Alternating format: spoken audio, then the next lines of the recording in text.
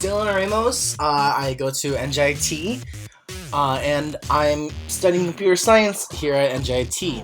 I'll be doing my roadmap project right here, and I'll be talking to you about the CPU. Now, the CPU. What does that mean? That means Central Processing Unit. And basically, if you don't know what that is, and you don't know what a CPU is still, this right here is a CPU. It looks like a chip, and it doesn't look like much, but it's so much more.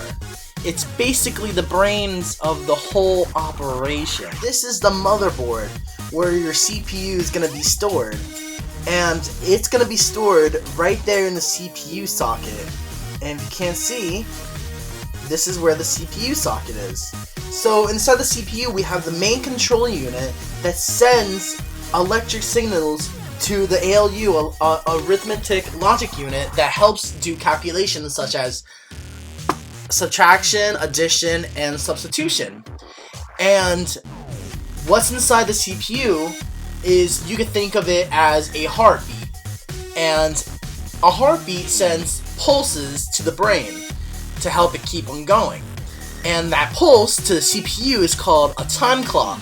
And that time clock for today's computers turns on and off billions times per second, and we call that gigahertz.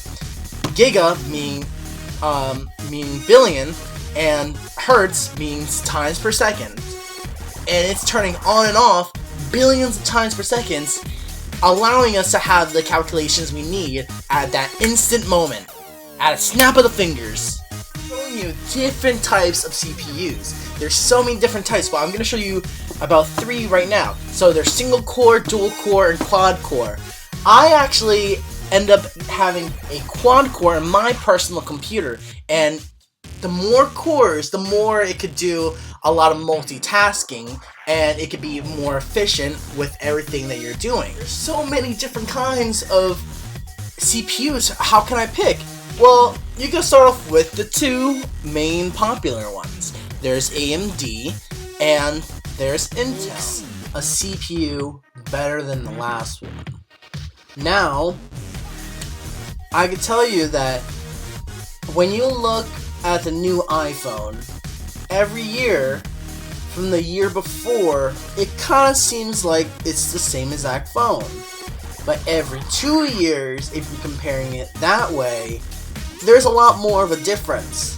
This goes into Moore's Law, and the advancements of the transistors and the CPU are the things that are changing. The transistors just get smaller and smaller each time they're created, and over the decades, it's just proving to be faster and more compact, and it's going to Moore's Law. And eventually, we could get something that's even so fast, but so... Hey everyone, so welcome to my house. I'll be showing you a little bit about my personal CPU. My CPU is a quad-core CPU, and I'll show you the ins and outs between my computer and my CPU. So as you can see, my computer has a plate right here, and it's showing everything that's in my computer. You can see everything. You can see the motherboard, you can see the CD drive, you can see all the wires, you can see the power supply, and the hard drive.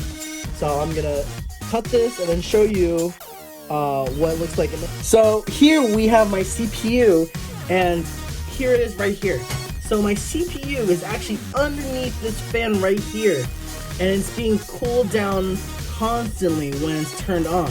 Right now my whole computer right now, it's kind of busted, but this is just for educational purposes right now. I can't turn it on right now.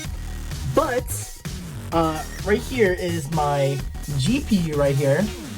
It's right here, and here are my RAM cards, and this whole thing right here, the whole block is my motherboard. And let me get you a good look. Everything. That's basically all you need in a computer, other than everything else. But that's everything that's gonna be in all your computers. all your computers, all of them. It's pretty amazing, honestly, and it's pretty interesting. Thank you guys so much for watching my video about CPUs and everything about CPU with computers and different types of CPUs. Thank you so much for watching. My name is Dylan Ramos from NJT for CS100. I'm calling out. Have a good one.